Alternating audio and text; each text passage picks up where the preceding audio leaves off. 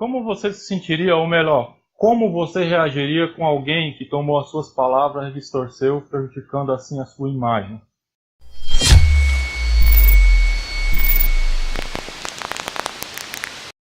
Graças a Deus, meu nome é Caio Rafael e você está no canal Ideal do Evangelho. Seja muito bem-vindo ao canal. Em Oséias 4:6, na parte A do texto, diz: "O meu povo está sendo destruído porque lhe falta conhecimento." É muito triste, mas essa é a realidade da igreja cristã atual. Incrivelmente, o contexto é muito semelhante ao da época em que essa palavra foi pronunciada em Israel. Porque como naquela época o povo de Deus está gabando-se de uma falsa paz, de uma falsa prosperidade, de um falso conhecimento. E isso é muito sério. E como diz na segunda parte do texto, parte da culpa de isso estar acontecendo era dos sacerdotes. Aqueles que foram encarregados em levar o conhecimento da palavra de Deus ao povo, estavam simplesmente rejeitando esse conhecimento. E assim, ao mesmo tempo em que a nação crescia economicamente, ela caía em uma decadência espiritual sem fim. Hoje não é diferente, pois aqueles que foram chamados pelo Senhor para anunciar a verdade de Cristo simplesmente têm rejeitado o verdadeiro conhecimento que é revelado no Evangelho de Jesus. E em lugar da verdade pura e simples do Senhor, eles têm entregado um falso conhecimento ao povo de Deus. Conhecimento esse carregado de humanismo, materialismo, sinergismo, um conhecimento pragmático, baseado em resultados humanos, um conhecimento cheio de legalismo. E para isso, infelizmente, eles têm usado a palavra de Deus, apoiando as suas ideias tolas e mortais em textos isolados, tirando-os de seu contexto original, e imprimindo ao texto suas ideias, levando assim o povo a viver uma ilusão. Logo, hoje eu quero te mostrar os perigos em se agir assim e as terríveis implicações sobre os que agem de tal maneira. Primeiro eu quero te convidar a voltar ao início, sim, ao início de toda a criação. Há algo muito importante que devemos nos atentar em o que levou o homem e a mulher a cair. Muitos, ao tomarem o capítulo 3 de Gênesis, que relata o diálogo entre a serpente e a mulher, de cara já condenam a serpente colocando sobre ela toda a culpa da queda. Mas precisamos olhar com atenção o que está acontecendo ali. Antes de entrarmos no diálogo entre Eva e a serpente, precisamos entender o que aconteceu primeiro. A Bíblia nos ensina que Deus criou todas as coisas em 6 dias, e no 6º dia Ele criou o homem e a mulher. E o que o Senhor disse quando criou o homem e a mulher? Bom, em Gênesis 1:31 diz: "Viu Deus tudo quanto fizera, e eis que era muito bom." Por que era bom? Porque Deus é bom, e o que Ele faz é bom, ou seja, o que Ele faz é perfeito porque Ele é perfeito. Logo, o homem e a mulher eram perfeitos porque Deus os havia criado. Não existia imperfeição em Adão e Eva.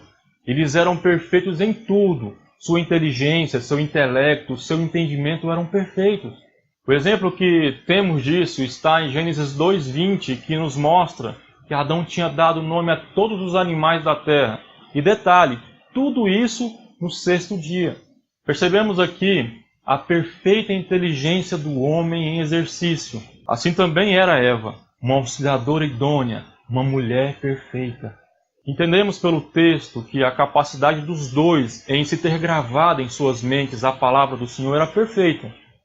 Agora sim podemos entender o real motivo de o homem ter caído. Em Gênesis 2:16 e 17, Deus havia dado uma ordem a Adão que era: "E o Senhor lhe deu esta ordem: de toda a árvore do jardim comerás, mas da árvore do conhecimento do bem e do mal não comerás, porque no dia em que dela comerdes, certamente morrerás." Lembremos que o homem era perfeito, ou seja, tinha absoluta capacidade de gravar e compreender perfeitamente a ordem do Senhor. Entrando agora no diálogo entre Eva e a serpente, no capítulo 3 de Gênesis, podemos observar que quando a serpente questiona a mulher sobre o que Deus havia dito, ela responde de forma diferente ao que Deus falou. Em Gênesis capítulo 3, e versículos 2 e 3, Eva responde à serpente dizendo: "Respondeu-lhe a mulher: do fruto das árvores do jardim podemos comer, Mas do fruto da árvore que está no meio do jardim, disse Deus: dele não comereis, nem tocareis, para que não morrais. Vimos dois erros gravíssimos aqui. Eva acrescentou nem tocareis, que Deus não havia dito, e questionou a consequência da desobediência, colocando o morrerás, que era certo, como morrais, que está no subjuntivo, ou seja, ela praticamente disse que provavelmente morreria, tirando assim o peso da palavra de Deus.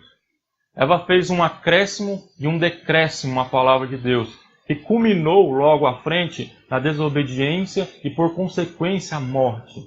Vimos aqui o perigo e as suas duras implicações em se acrescentar e tirar da palavra de Deus.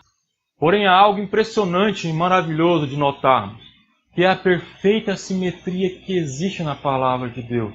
Pois aqui no começo vimos que, pela desobediência que começou na adulteração da palavra, o homem foi arrancado do jardim onde tinha a árvore da vida.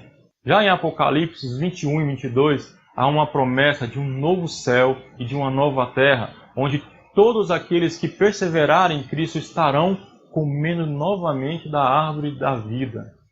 Mas há também uma dura e importantíssima exortação, para que não se cometesse os mesmos erros de Adão e Eva e também tantos outros na história da humanidade. Em Apocalipse, capítulo 22, versículos 18 e 19, diz: eu, a todo aquele que ouve as palavras da profecia deste livro, testifico, se alguém lhe fizer qualquer acréscimo, Deus lhe acrescentará os flagelos escritos neste livro. E se alguém tirar qualquer coisa das palavras do livro dessa profecia, Deus tirará a sua parte da árvore da vida, da cidade santa e das coisas que se acham neste livro. Você viu a gravidade em se distorcer a palavra de Deus? Por que estou falando isso? Porque tristemente o que vimos e ouvimos em muitas denominações são pessoas distorcendo de forma muitas vezes absurda a palavra de Deus.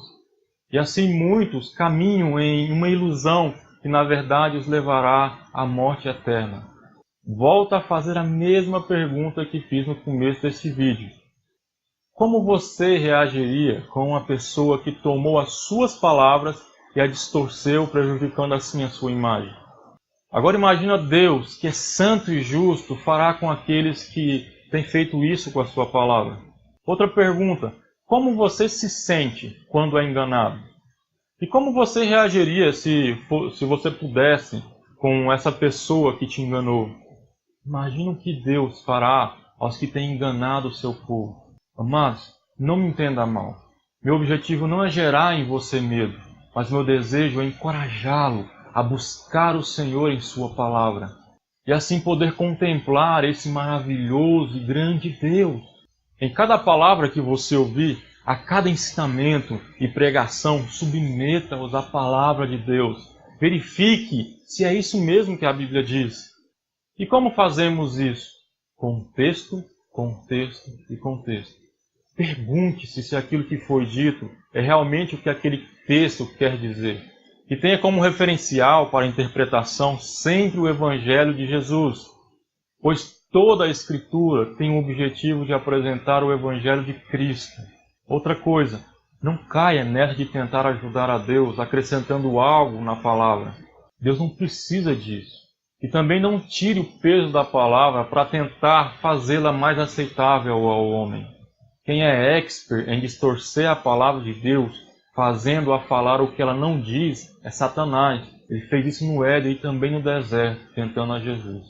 Peça a Deus sabedoria para compreender sua palavra. Estude-a exaustivamente, afinal de contas, os tesouros mais valiosos estão escondidos no mais profundo. Por isso, garimpe, escavando mais e mais fundo as Escrituras. Assim você vai contemplar o tesouro mais valioso de Deus, que é o Evangelho.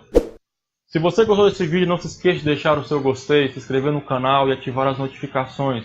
Me ajude também a divulgar o verdadeiro Evangelho, o ideal do Evangelho, compartilhando esse vídeo nas redes sociais, pois há muitos que precisam ouvir a verdade. Me siga também nas redes sociais e me ajude lá sugerindo novos temas para os próximos vídeos.